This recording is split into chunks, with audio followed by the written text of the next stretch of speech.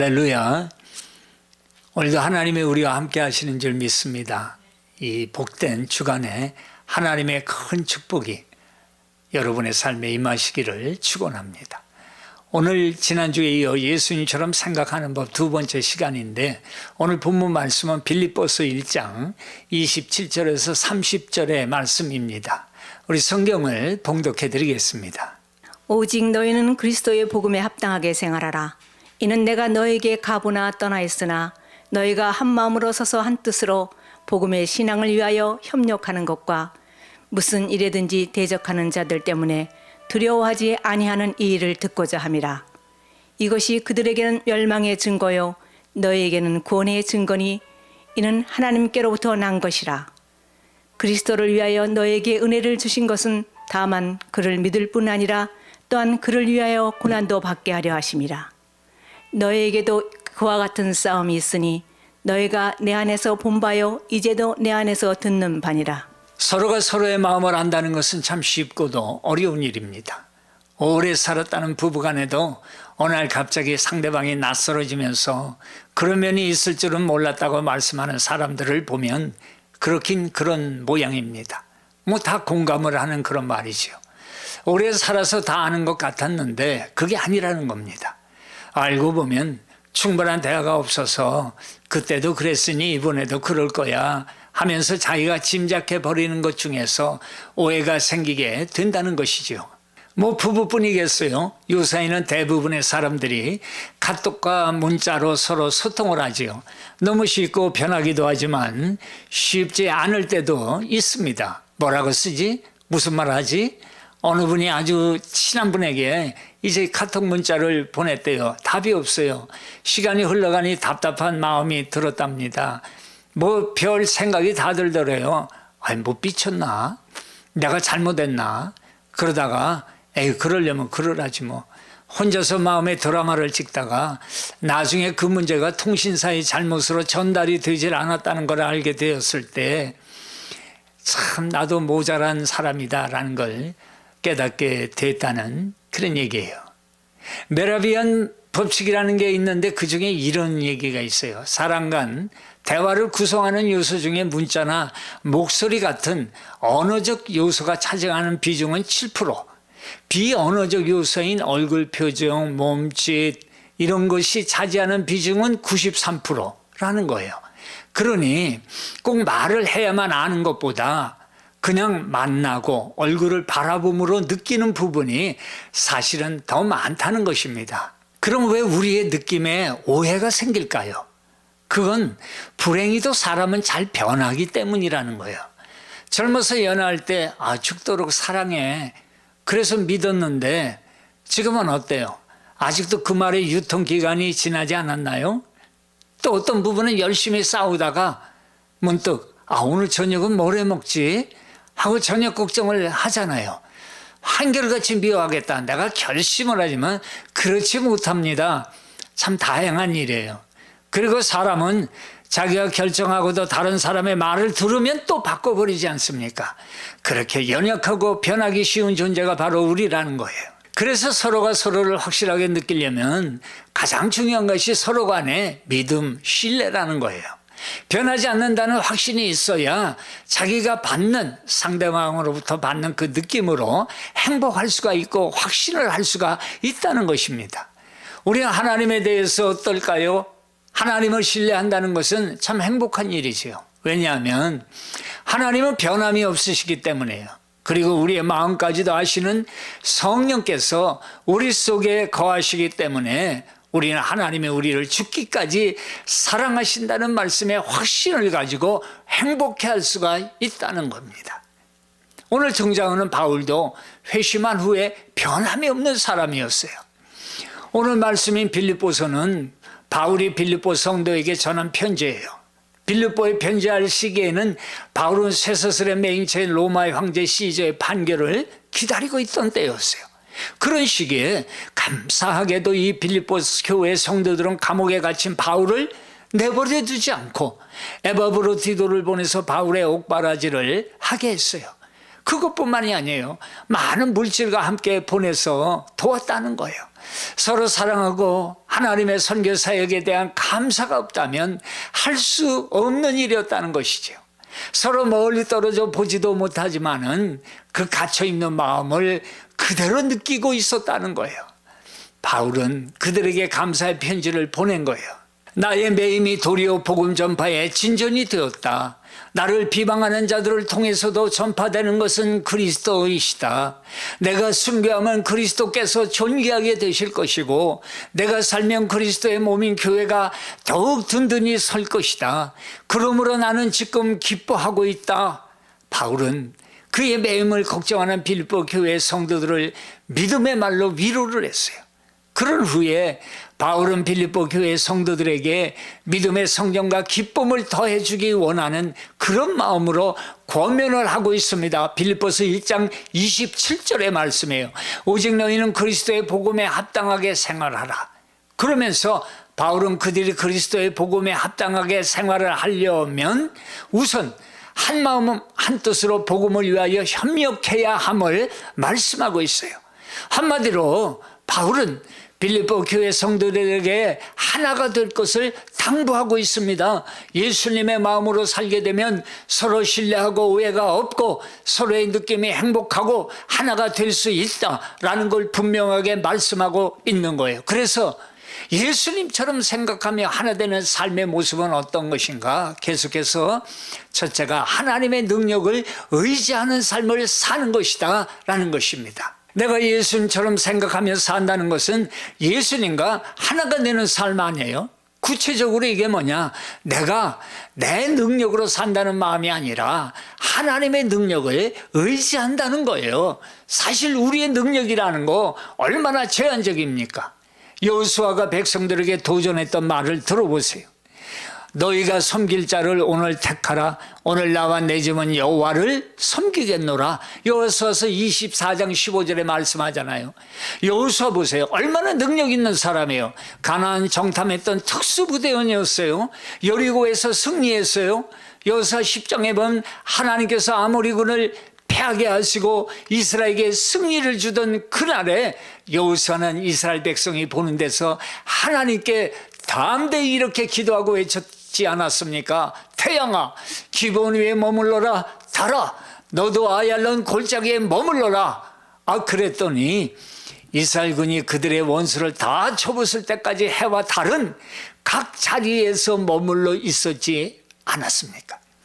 야살의 책에는 태양이 중천에 머물러 거의 24시간 동안 그대로 있었다 이렇게 기록이 되어 있어요. 한 사람이 기도함으로 하나님께서 해와 달을 멈추신 이와 같은 날은 전에도 없었고 그 후에도 없었는데 이건 하나님께서 이스라엘을 위해서 싸우셨기 때문이다 라는 거예요. 누구보다도 여호수아는 이걸 잘 알았던 거예요. 그래서 그의 인생 마지막에 나의 만화 들고 이스라엘의 그 지도자들을 불러놓고서는 마지막 말을 하는 거예요. 너희가 섬길 자를 오늘 선택하라. 오직 나와 내 집은 여호와를 섬기겠노라. 싸움에서 가나안까지 인도하신 것도 자신의 능력이 아니라는 거예요. 오직 하나님의 은혜라는 겁니다. 오직 하나님의 능력이라는 거예요. 그러니 오늘도 하나님께서 우리에게 묻고 계시는 거예요. 누굴 택하겠니? 어느 편에 서겠니? 라고 묻고 계시는 거예요. 대답 한번 해보세요. 그런데 우리가 살면서 우리가 느끼는 승리는 항상 있지 않다는 걸 우리가 알지요. 그래서 고민하기도 하고 믿음이 흔들리기도 합니다. 그러나 잘 생각을 해보세요. 그 승리하고 성공하고 하는 것들이 항상 나의 편에서 생각하고 나의 편에서 시간을 정하고 내 뜻의 테두리 안에서 이루어져야 한다고 생각하지 않아요? 그래서 어쩌면 나의 생각보다 더 많은 행복한 삶을 내가 살았음에도 불구하고 우리는 불행했다고 스스로 말하고 그렇게 만들고 있는지 모른다는 겁니다. 올 한 해도 말해요. 여기서 하나님의 능력을 제한하는 마음을 가지면 안 된다는 거예요. 전능하신 하나님이라는 걸 잊지 말아야 된다는 거예요. 여호수아도 실패했던 추억이 있잖아요. 여리고성 함락 후에 아예 성에서는 실패했어요. 전쟁에서 졌습니다. 왜 그랬을까요? 여호수아 7장 11절인데 참 중요한 거예요. 이스라엘이 범죄하여 내가 그들에게 명령한 나의 언약을 어겼으며 또한 그들이 온전히 바친 물건을 가져가고 도둑질하며 속이고 그것을 그들의 물건들 가운데서 두었느니라 이렇게 말씀하잖아요. 무슨 말씀이에요? 하나님이 라합의 가족 말고 여리고의 모든 걸 진멸하라고 했을 때 아간이라는 사람이 얼마를 숨겨요. 그게 19절 말씀인데 은금과 동철 기구들은 다 여호와께 구별될 것이니 그것을 여호와의 곳간에 드릴지니라 하니라 그러지요. 그런데 7장 1절에 보니까 아간이 온전히 바친 물건을 가졌음이라 여호와께서 이스라엘 자손들에게 진노하시니라 아간이 발각됐어요. 고백합니다. 외투 한 벌과 은 200세겔과 그 무게가 50세겔 되는 금덩이 하나를 보고 탐내어 내가 가졌습니다. 기억하시기 바랍니다. 하나님의 능력이 제한을 받을 적이 있어요. 그건 우리 가운데 불순종의 죄가 있을 때 하나님의 능력이 제한을 받는다는 거예요. 항상 불순종의 죄가 원인이 될 수 있음을 살펴봐야 된다는 거예요. 자 보세요. 여리고 전쟁에서 승리했죠. 라합 가정과 친족을 구원했죠. 그런데 아간의 불순종의 죄가 이스라엘 전체를 영적인 순결함에서 멀어지게 만드는 거예요. 그러자 이제 그 불순종의 죄가 어떻게 진행이 됩니까? 7장 2절에 보니까 여호수아가 여리고에서 사람을 베델동 베다인 곁에 있는 아이로 보내며 그들에게 말하여 이르되 올라가서 그 땅을 정탐하라. 그 사람들이 올라가서 아이를 정탐하고 여호수아에게로 돌아와 그들에게 이르되 백성을 다 올라가게 하지 말고 2-3천 명만 올라가서 아이를 치게 하소서. 그들은 소수이니 모두 백성을 그리로 보내어 수고롭게 하지 마소서 하므로 그렇게 말씀해요. 그전 여리고 전투에서 이겨서 교만해서 그런 말을 한 게 아니라는 거예요. 불순종의 아간의 죄로 인해서 전체가 분별력이 흐려지게 된 거라는 거예요. 그래서 이 말을 했다는 거예요. 불순종이 먼저가 아니에요. 아담과 하와가 에덴에서 쫓겨난 것도 마찬가지라는 거지요. 여기서도 그 결과가 어떻게 됩니까? 하나님의 능력과 임재가 아이성 전투에서 사라져버린 거예요. 4절을 보세요. 백성 중 3천 명쯤 그리로 올라갔다가 아이 사람 앞에서 도망하니 라고 기록합니다. 그런 그들이 이 실패 원인을 찾아낸 후 다시 아이성을 점령하지 않습니까? 제 원인을 제거했더니 하나님의 능력이 회복된 거예요. 우리는 우리를 의지할 수가 없습니다. 오직 하나님만이 능력이시고 우리를 인도하시는 분이라는 것을 날마다 인정할 때 삶이 행복해지는 것입니다. 내가 내 힘만으로 일을 하려는지를 어떻게 알 수 있냐고요? 그건 피곤함이에요. 처음에는 괜찮은 것 같아도 점차 내 속에 힘이 고갈되는 것입니다. 그래서 점점 피곤해지고 의욕도 상실하고 왜냐고 하고 싶은 것입니다. 왜 내가 이 일을 해야 하는가? 이렇게 마음속에 질문이 들게 된다는 거예요. 예수님을 보세요. 요한복음 5장 19절에 내가 진실로 진실로 너희에게 이르노니 아들이 아버지께서 하시는 일을 보지 않고는 아무것도 스스로 할 수 없나니 아버지께서 행하시는 그것을 아들도 그와 같이 행하느니라 말씀해요. 영어 성경에 보니까 The Son can do nothing by himself. 나는 아무것도 할 수 없다는 거예요. 내 의지로, 내 주도권으로는 아무 일도 하지 못한다는 거예요. 예수님조차도 이렇게 말씀하고 있잖아요. 나는 아버지께서 내게 원하시는 일을 하고 아버지께서 내게 말씀하시기만을 기다린다고 선포하고 계시는 거 아닙니까? 그러니 생각해 보세요. 예수님도 이렇게 말씀하시는데 우리가 무슨 능력이 있다고 우리 스스로 하겠냐라는 것입니다. 우리 주님의 능력을 인정하고 의지하시기를 바랍니다. 그분은 우리를 위해 십자가에서 죽어주시고 부활하신 것을 기억하시기를 바랍니다. 예수님의 마음을 갖는 두 번째 표는 용서라는 것입니다. 누가복음 17장 4절에 보니까 만일 하루에 7번이라도 내게 죄를 짓고 7번 내게 돌아와 내가 회개하노라 하거든 너는 용서하라 하시더라 말씀하지. 얼마나 용서할까 하고 세는 것이 아니라 무한한 용서를 말씀하고 계시는 거 아닙니까? 그런데 이 말씀에는 용서가 그냥 하는 게 아니라 그가 회개하면이라는 전제를 갖고 있다는 거예요. 돌아와 회개하면이라는 거예요. 그리고 용서가 이루어진다는 것입니다. 그러면 그가 회개하기 전에 내가 용서하겠다고 먼저 생각하는 건 진정한 용서가 안 되는 겁니까? 라는 생각을 할 수가 있어요. 그런데 내가 내 마음에 먼저 용서하는 마음을 갖는다는 것은 우리를 위한 것이라는 거예요. 내 마음에 당한 고통을 붙잡지 말고 상처를 붙들지 말고 분노를 붙잡지 말라고 하는 것입니다. 그래야 내가 평안을 먼저 누릴 수가 있다는 거예요. 그래서 내 마음에 먼저 용서가 필요하다는 거예요. 그리고 상대가 회개한다고 말하면 그 마음을 받아줄 준비가 먼저 되어 있다는 것입니다. 상대가 와서 회개한다고 말해도 만약 내 마음에 용서 이게 준비가 되어 있지 않다면 어떻게 진정한 용서가 이루어질 수가 있겠냐라는 것입니다. 그게 예수님의 말씀하신 용서의 순서와 의미라는 겁니다. 용서는 자기 마음의 평안이다라는 걸 잘 알았던 사람, 그 사람이 다윗 아니었어요. 물론 그 마음은 하나님과의 교제 가운데 나오는 것입니다. 내가 그렇게 하겠다고 마음을 먹지만 그 용서를 행하게 하시는 능력은 바로 하나님으로부터 나오는 것입니다.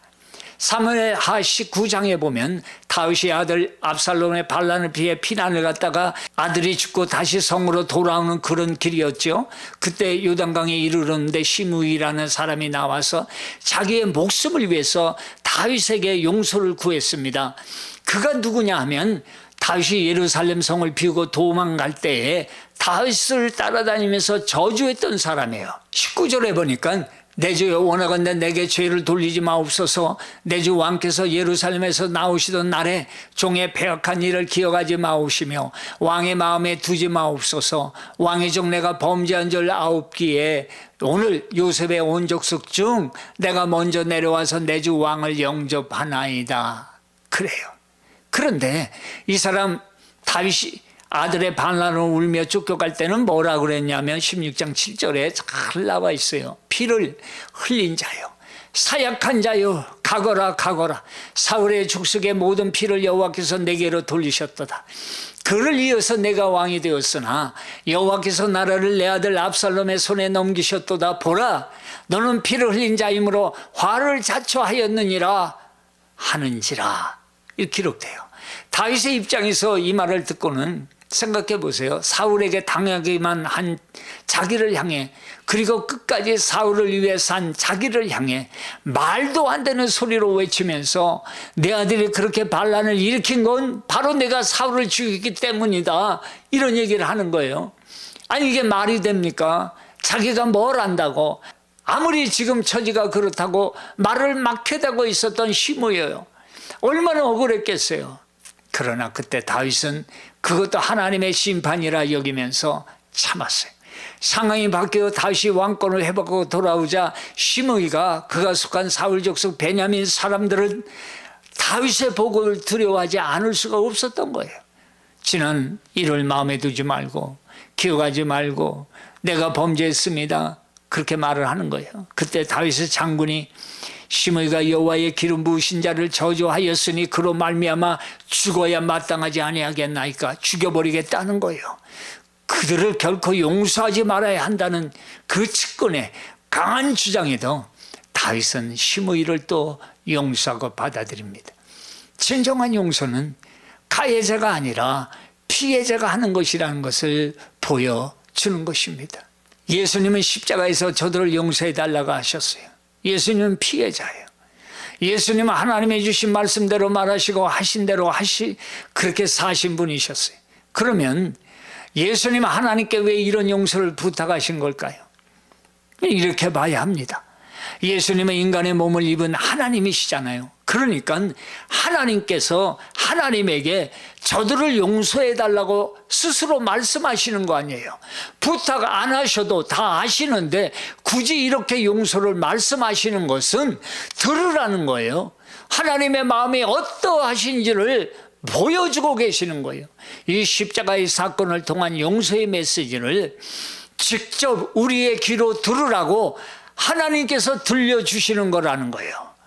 그때 그 백성에게 하나님은 죄 지은 우리, 하나님은 그 십자가에 달아 죽인 너희 용서하신다는 하나님의 이 음성을 들으라고 스스로가 스스로에게 말씀하고 계시는 거예요. 지금은 성경을 듣고 있는 우리에게 주님께서 말씀하고 계시는 거예요. 들으라고 말입니다. 이 하나님의 놀라운 용서의 메시지를 예수님의 입을 통해서 말씀하고 계시는 거예요. 그것이 십자가에서 구하신 용서의 의미라는 거예요. 루이스 스미스라는 심리학자는 이런 얘기를 해요.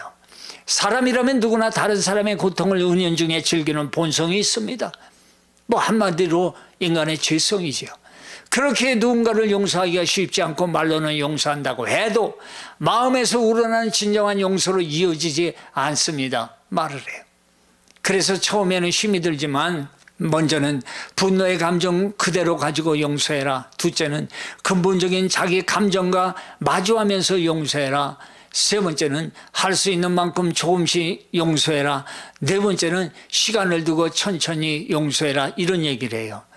결국은 우리 힘으로는 누군가를 진심으로 용서할 수 없다는 거예요. 오직 십자가의 용서를 경험한 사람만이 진정한 용서를 마무리할 수가 있다는 것입니다. 예수님의 마음을 가지고 사는 사람 특징 마지막은 내 뜻이 아니라 하나님의 뜻을 행하기를 원하는 사람이라는 것입니다. 하나님의 뜻을 행하는 것은 내가 즐거워할 때 하는 것은 아마 쉬울 거예요. 그러나 내가 힘들고 어려울 때 하나님의 뜻에 순종하라고 하면 어떻게 하실 것 같아요? 우리의 입술은 예인데 머리는 복잡해지는 거예요. 어릴 적 동화인 그 청개구리 얘기가 생각이 나요.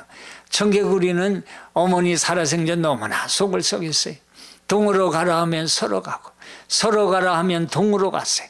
냇가로 가라 하면 산으로 가고, 산으로 가라 하면 냇가로 갔어요. 어머니 시키는 것은 반대로만 한 거예요. 근심 속에 살던 청개구리 엄마, 유언을 남기고 죽었는데 무덤은 냇가에 쓰라고 한 거예요. 실제로는 산에 묻히고 싶었는데 반대로만 하니까 반대로 말한 거예요. 어머니가 죽고 나자 아들 청개구리는 그제야 정신이 듭니다. 어머니 유언만큼은 꼭 지켜야겠다면서 무덤을 냇가에 썼어요. 그것마저 어머니 본뜻과는 달리되고 말아버린 거예요. 청개구리는 비만 오면 옵니다. 엄마 무덤이 떠내려 갈까봐 걱정이 되어 옵니다. 울엄마 나 때문에 속만 썩은 울엄마. 청개구리는 오늘도 울고 있다는 거예요. 이 통화가 이렇게 은혜가 되는 줄 몰랐어요.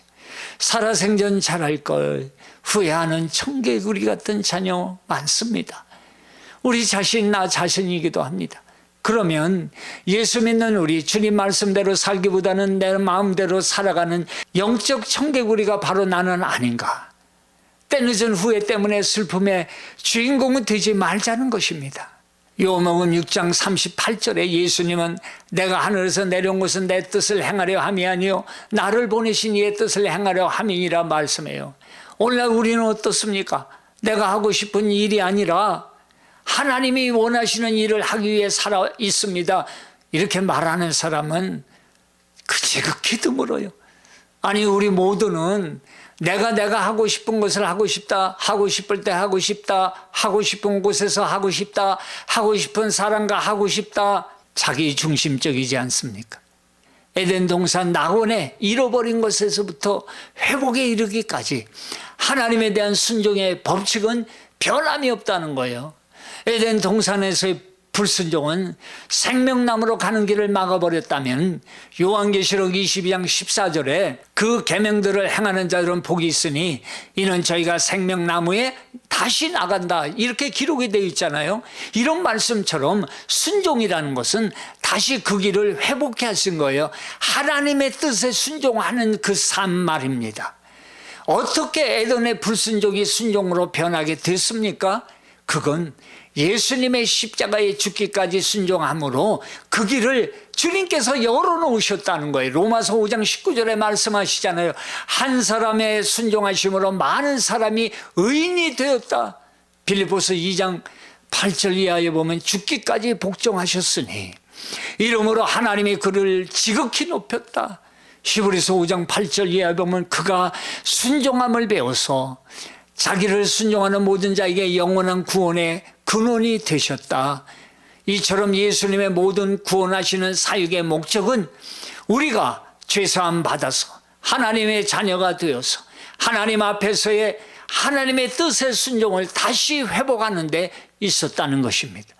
그 사역을 위해 십자가에 달리시기 전날 밤 예수님은 감정적으로, 육체적으로, 영적으로 그 고통을 아시고 괴로워하셨어요. 다음날 맞이하게 될 가시면류관, 그 고통과 침뱉음의 그 모욕과 매맞고 채찍으로 40번 맞는 고통과 십자가에 못 박히실 것과 육신의 고통만이 아니라 마음의 고통, 세상의 모든 죄를 짊어지신 고통, 그 죄와 수치를 다 아셨어요. 그리고 기도하시는 거예요. 그렇지만 겟세마네에서 예수님은 고통스럽더라도 자신의 뜻이 아닌 하나님의 뜻에 순종하실 것을 말씀하고 계시는 거예요. 마가복음 14장 36절에 이르시되 아빠 아버지여, 아버지께서는 모든 것이 가능하시오니 이 잔을 내게서 옮기옵소서. 그러나 나의 원대로 마옵시고 아버지의 원대로 하옵소서. 주님의 순종은 하나님의 능력을 완전히 의지하는 믿음에서 나온 거예요. 더 보세요. 사람이 나를 사랑하면 내 말을 지키리니 내 아버지께서 저를 사랑할 것이요 우리가 저에게서 와서 거처를 저와 함께 하리라 말씀해요. 주님께서는 이 순종이 하나님을 사랑하는 사람에게만 가능하다는 것을 말씀하고 계십니다. 그리고 하나님께서 성령을 보내주시는 것과 그 놀라운 사랑을 내려주시는 것도 이 순종을 통해서만 가능하다는 것을 말씀하고 계시는 거예요. 예수님의 마음으로 살아가는 사람은 하나님의 뜻을 물어 행하는 사람인 것입니다. 하나님의 일을 아는 것과 행함은 오직 성령의 능력으로 가능한 것입니다. 날마다 기도하심으로 성령으로 충만하시기를 축원합니다. 아멘.